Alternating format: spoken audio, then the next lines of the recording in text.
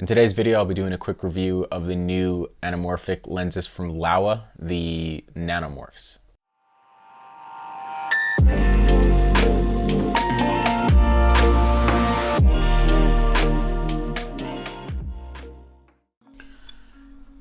I've seen a few reviews online, but all the footage that I've seen is all digital footage. So of course, this channel being a film specific, all the test footage that you'll see will be shot on film using my RESR2. Some of you may have already seen the initial footage I got with this lens that I posted a while back.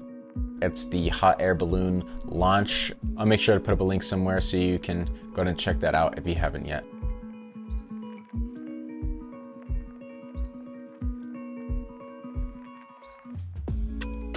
Scene 2A, take one. Cut. Filming a precious medium as it is, I figured I would make the most of my time with the set and shoot something fun and practical to showcase the lens characteristics rather than just a bunch of test footage. So stick around to the end of the video to check out a scene from a short film that I DP'd on the Nanomorphs.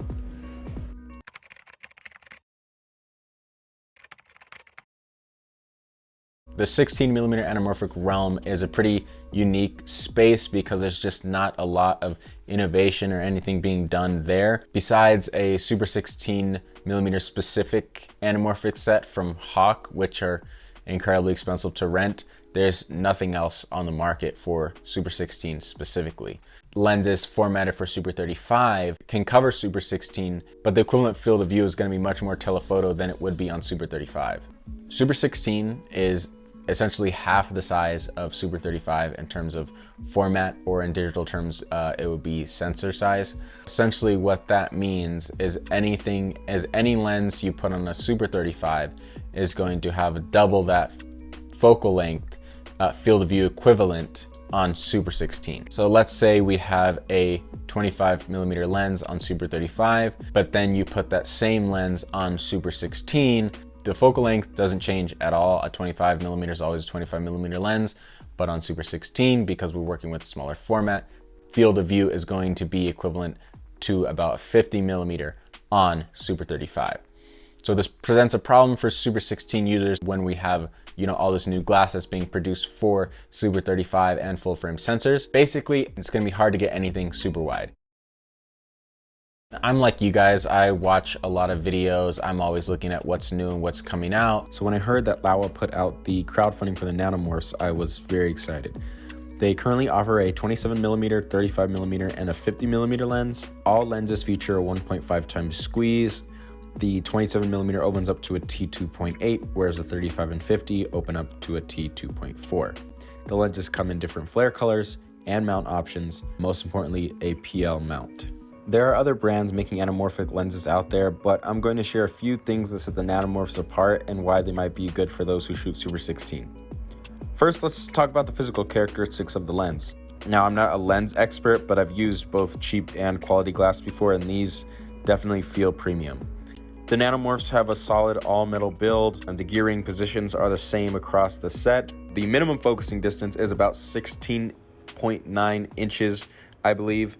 And for those who shoot on film, I had no problems mounting this to my SR2. No problems with the PL mount protruding back and hitting the mirror, anything like that. These lenses come in at about $1,000 a piece for any of the mirrorless mount options, or $1,500 for the PL EF swappable mount. Traditional squeeze factor of anamorphic lenses is 2 times, which was created and used on film cameras with a more square aspect ratio. Let's talk about why 1.5 times squeeze is good for Super 16. The 1.5 times stretch is nice for 2 reasons. One, it's not so distorted that you can't focus through the viewfinder when you're trying to frame. And 2, probably my favorite, is because on the native Super 16 aspect ratio of 1.66, the 1.5 times stretch gives you an aspect ratio of 2.49 to 1.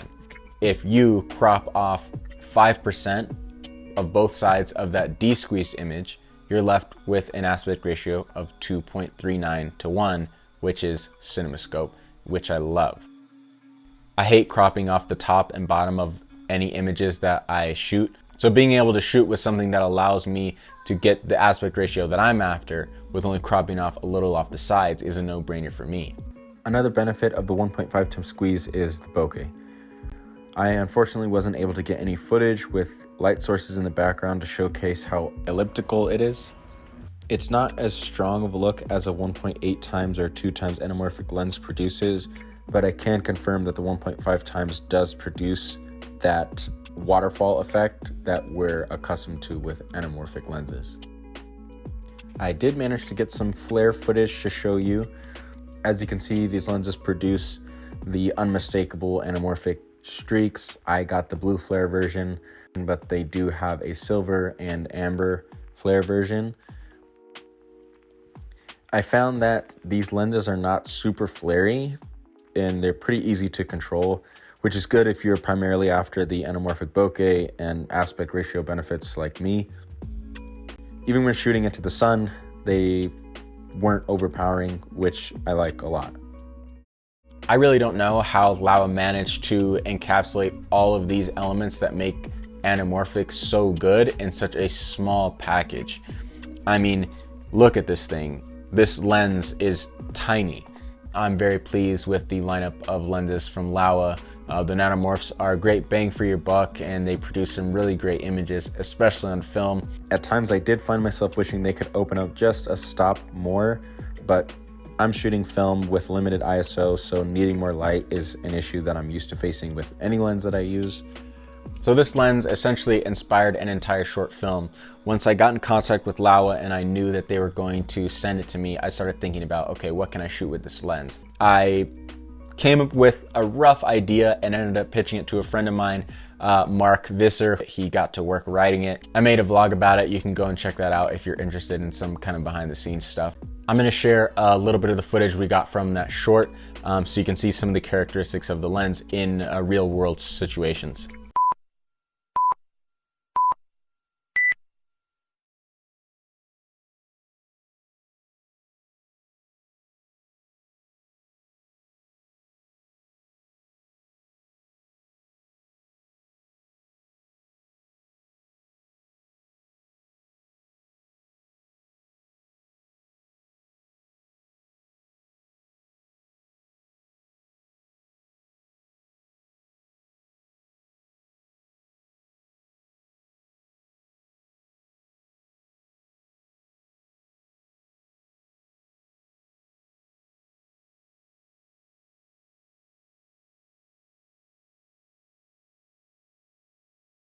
Let's see what you can do.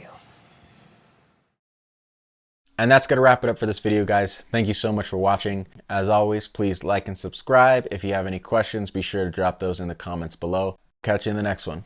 Peace.